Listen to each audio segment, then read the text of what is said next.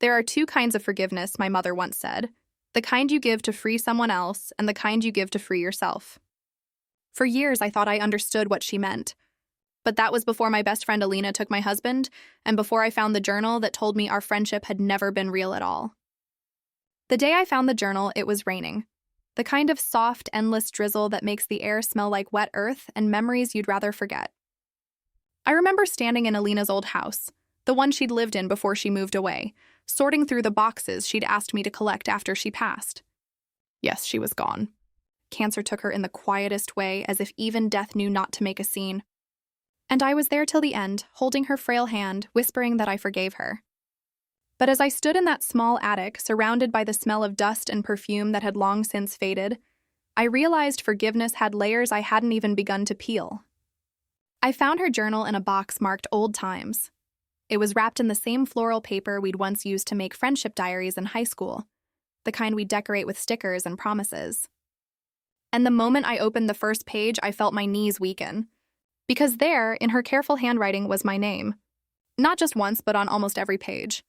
Before that journal, before everything shattered, our lives looked almost perfect from the outside. Alina and I were like sisters, inseparable since we were 12. We grew up on the same street, shared the same secrets, dreamed of marrying good men and raising kids who'd call each other cousins. She was the wild one, the kind of girl who could make a room brighter just by walking into it. And I was the quiet one, steady, predictable, always cleaning up after her adventures. But I never minded. I used to think that was the balance that kept our friendship alive. When I married Samir, she was my maid of honor. I still remember how she cried more than I did during my vows. And when she married a year later to a man who didn't stay long, I was there too, holding her through every heartbreak. For 20 years, our lives intertwined like vines. We raised our children side by side, shared holidays, recipes, even the same brand of perfume. But love has a way of testing loyalty. And mine was tested the moment I found out she and Samir were seeing each other behind my back. It started with a whisper. One afternoon, I was in the kitchen making tea when my phone buzzed, a message from an unknown number. No words, just a photo. A photo of Samir and Alina sitting too close in a cafe I knew well. His hand on hers. Her smile, the one she used to give me when we shared secrets. For a moment, I couldn't breathe. I stared at the picture until the steam from the kettle blurred my vision, until my skin burned where I'd been holding the hot metal handle without realizing it. When I confronted Samir that night, he didn't deny it.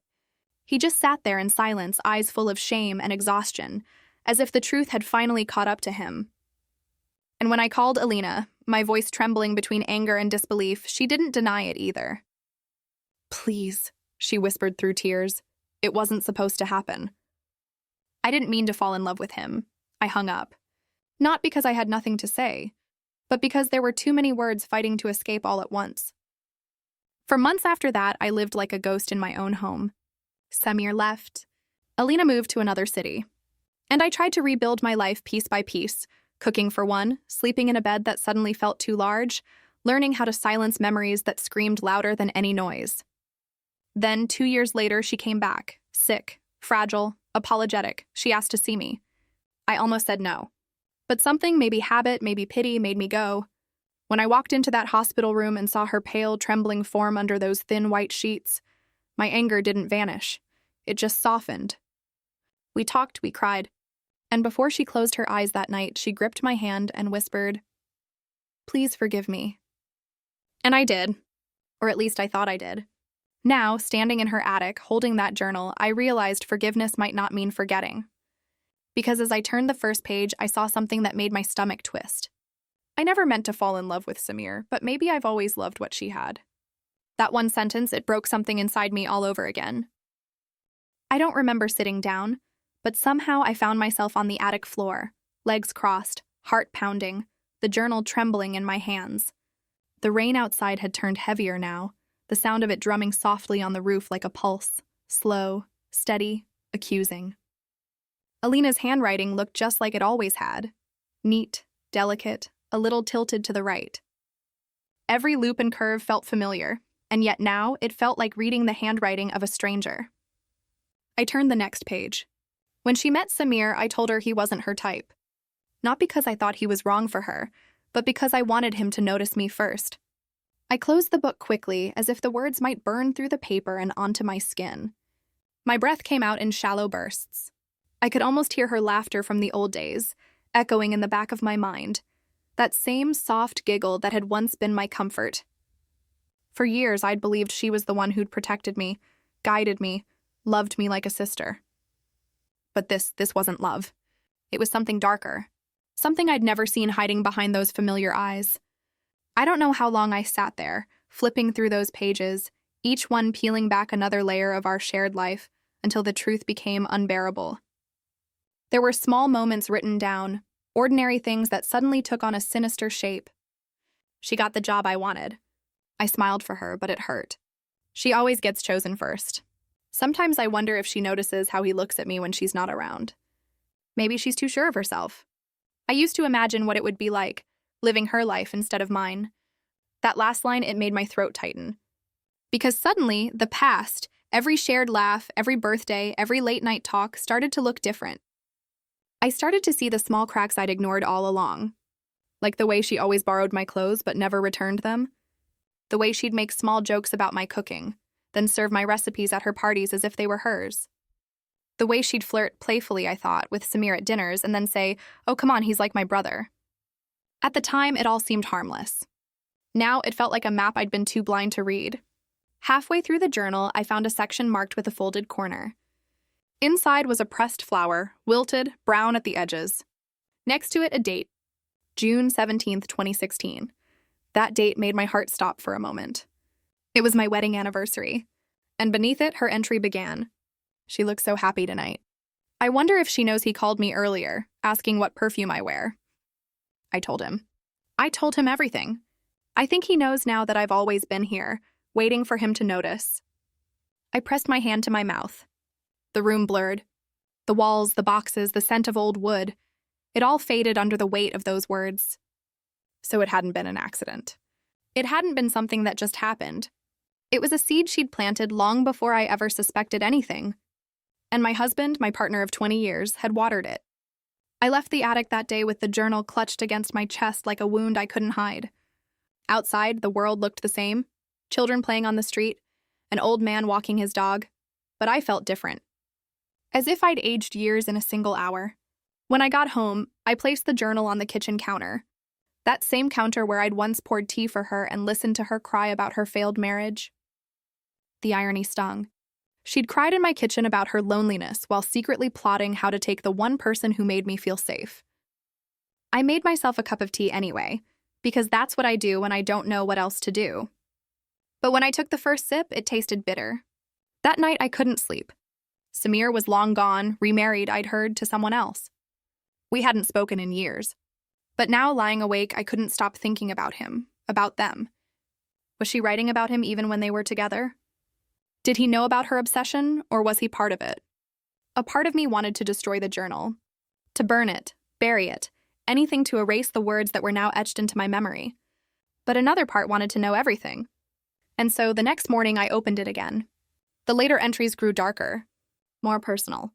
Less about him, more about me. She doesn't know how easy her life looks from the outside. People love her because she's calm, kind, patient. They never see how she makes me feel small, how she steals every spotlight without even trying. When Samir chose me, it felt like justice. Like finally something was mine. That word justice. It struck me harder than any confession of love could have. She didn't see it as betrayal. To her, it was balance. And that realization, that was the first time I didn't feel angry anymore. I just felt sad. Sad that someone could live beside me for decades and still feel unseen. Sad that love could turn into something so sharp, so poisonous, so quiet. But the final paragraph on that page changed everything again. If she ever finds out, I'll tell her the truth, that I only took what she never appreciated. Maybe then she'll understand what it feels like to lose something you thought would always be yours. That night I cried. Not for Samir. Not even for Alina. I cried for the version of myself that had trusted too easily, loved too openly, and believed that friendship could survive anything. Because now, even after she was gone, she'd managed to take something from me again, my peace. The next morning, I woke to the sound of wind sweeping against the window pane, a restless, hollow sound that matched the emptiness sitting inside my chest. The journal still lay on the nightstand, half open, as if it was waiting for me. I stared at it for a long time, hoping the words might somehow change overnight, that maybe I'd wake up to find it was all just some misunderstanding. But paper doesn't lie. Ink doesn't soften. And truth, once you've seen it, refuses to go back into the dark. I turned another page. It began with a line that sent a cold shiver down my spine. She thinks she forgave me. But forgiveness doesn't erase what's been done. It just keeps her quiet long enough for me to finish my story. For a moment, I couldn't breathe. Finish her story? What story was she talking about? I flipped to the next entry, and that's when everything I thought I knew about the past shattered completely. The entry was dated 2 months before my marriage ended. He told me he still loves her. He says he can't forgive himself for what we did. I thought I could live with that. But when I saw them together at the anniversary dinner, the way he looked at her, I knew I had to make sure she never trusted him again. My heart pounded so hard I could hear it in my ears. I read the line again and again, trying to understand, trying to connect the dots that refused to fit. Then I remembered that night, the anniversary dinner. Samir had been distant, distracted. I'd thought he was tired. But later that week, he'd confessed everything. He'd said it was one mistake. One night, that he'd broken it off with Alina, that he wanted to save our marriage. I'd believed him. And I'd forgiven him because she'd begged me to. She'd come to my home with tears in her eyes, saying she'd lost control, that it was over, that she couldn't live with the guilt. I'd sat across from her, holding her trembling hands, thinking she was the one who suffered more than I did. But reading those words now, I realized that even her apology had been a lie. She hadn't come to seek forgiveness. She'd come to watch me break, quietly, elegantly, completely. I turned another page, my fingers shaking. She forgave us. I didn't expect that. I thought she'd fight, scream, leave him. But she stayed. She's stronger than I thought, or maybe just more desperate. Either way, it won't last. The guilt will rot them from the inside. All I have to do is wait. My throat went dry. The journal wasn't just a confession, it was a plan. A plan to destroy me from the inside out. Every conversation we'd had after that day, every phone call, every holiday, had been part of it. She'd been watching, waiting, writing. And then, there it was, a small photo tucked between 2 pages. Faded, torn on the edge. It was the 3 of us, me, Samir, and Alina, sitting on a picnic blanket. I must have been smiling when it was taken, but all I could see now was the way they looked at each other. It was subtle, a glance, a curve of a smile, but now that I knew the truth, it screamed at me. I dropped the photo. It fluttered to the floor like a dead leaf. I went to the window, pulling the curtain aside. The sky was overcast, thick with gray clouds, the kind of light that made everything look flat and cold. I wondered what kind of woman could do this.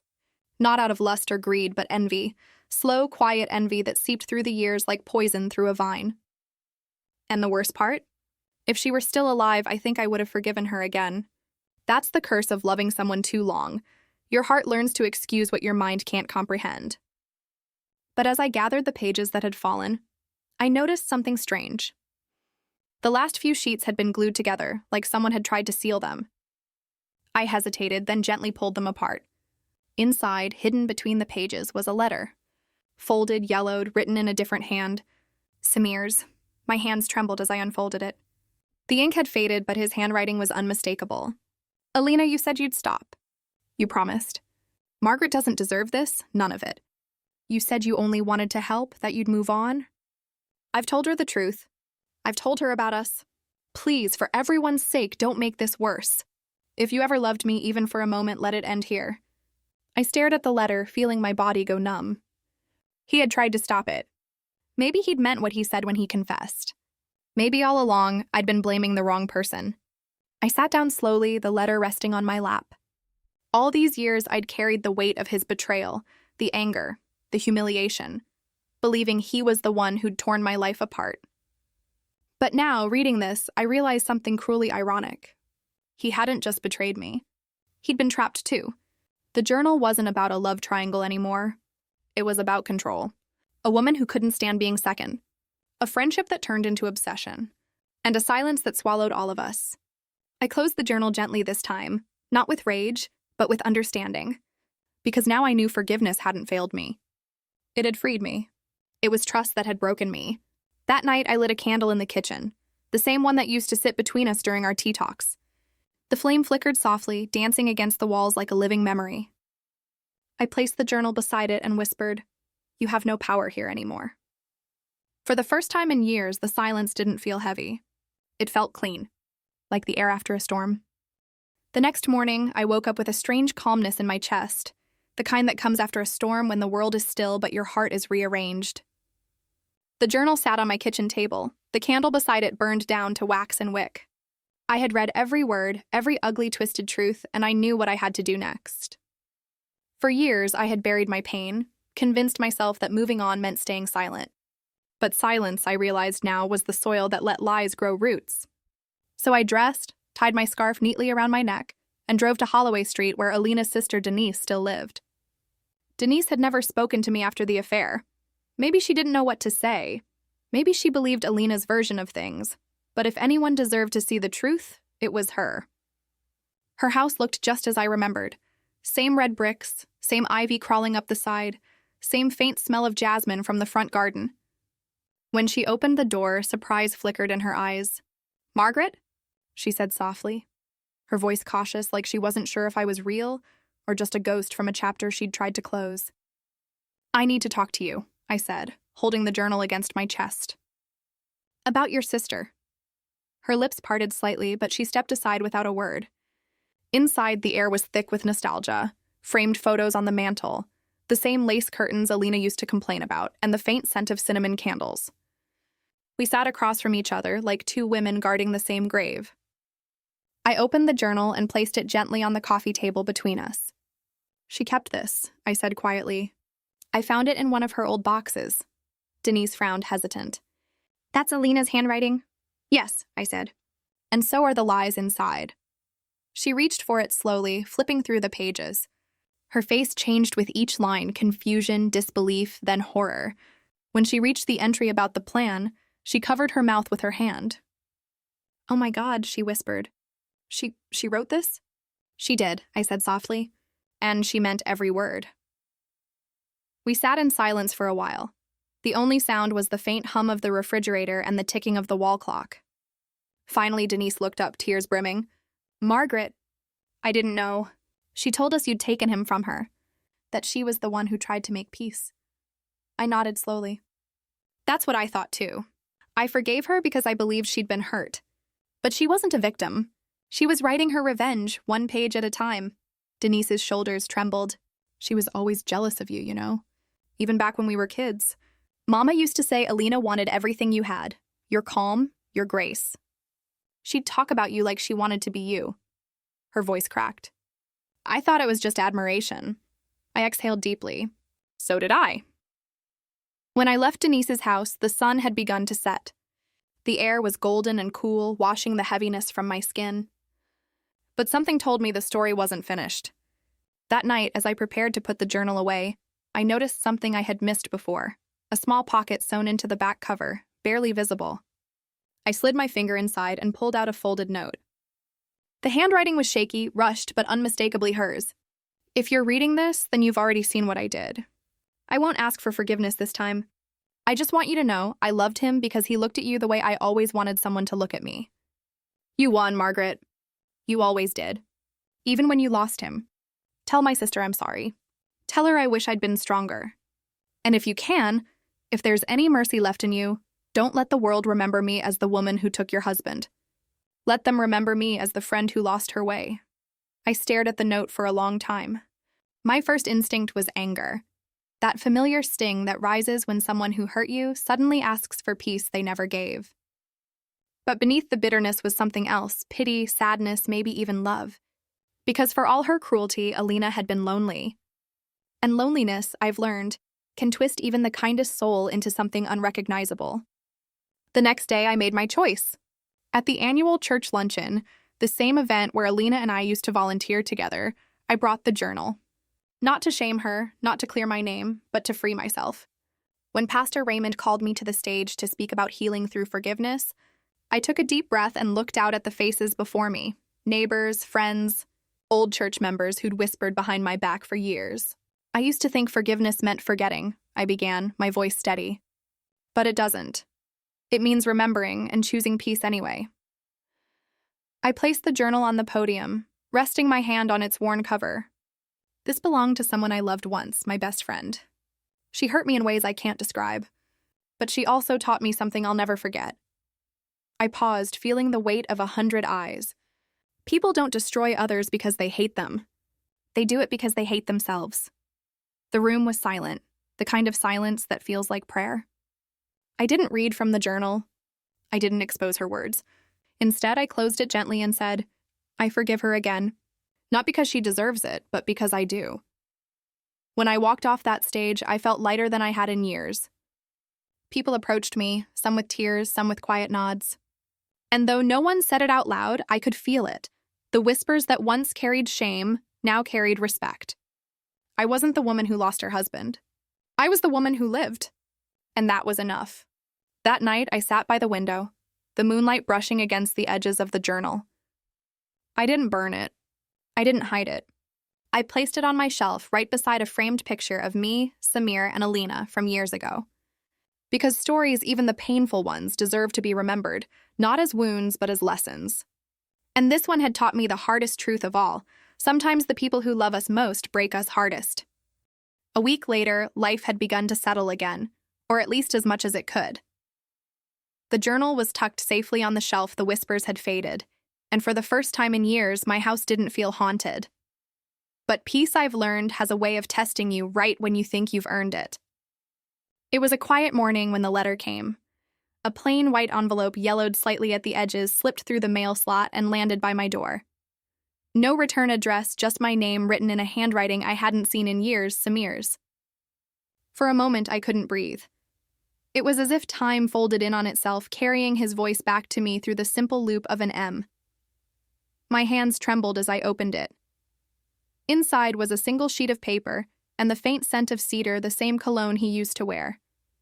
Margaret, if you're reading this, it means I didn't find the courage to say what needed to be said when I was still here. And for that, I'm sorry.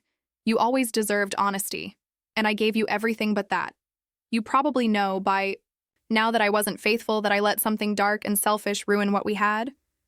But what you might not know is I loved you. I never stopped.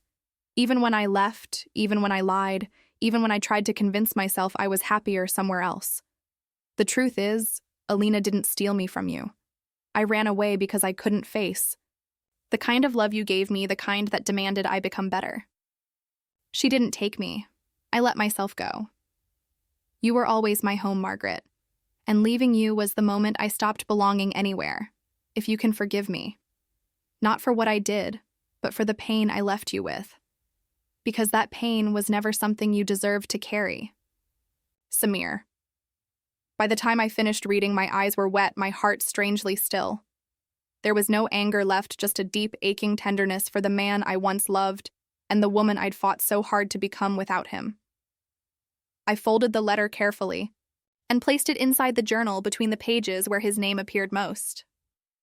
For the first time, their stories, his and Alina's, were side by side, just as they had been in life. But this time I was the one who chose where they rested.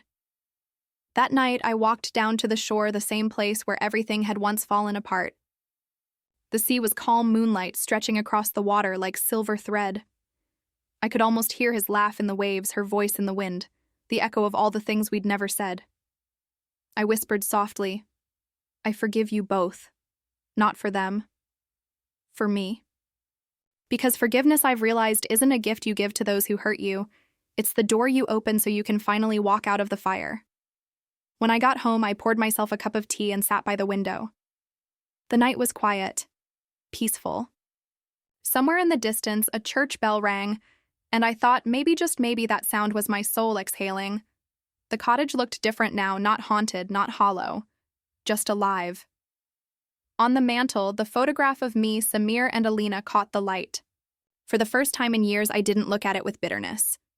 Because now I could see it for what it truly was. 3 people who loved, deeply failed terribly, and tried in their own broken ways to make sense of it all. Sometimes when I walk by the ocean, I still talk to them. Not with sorrow, not even with longing, but with gratitude. Because loving them, losing them, surviving them made me find the truest version of myself. And in that quiet, endless sound of the sea, I hear the lesson life whispered all along, that healing doesn't mean forgetting the story, it means learning how to tell it without breaking.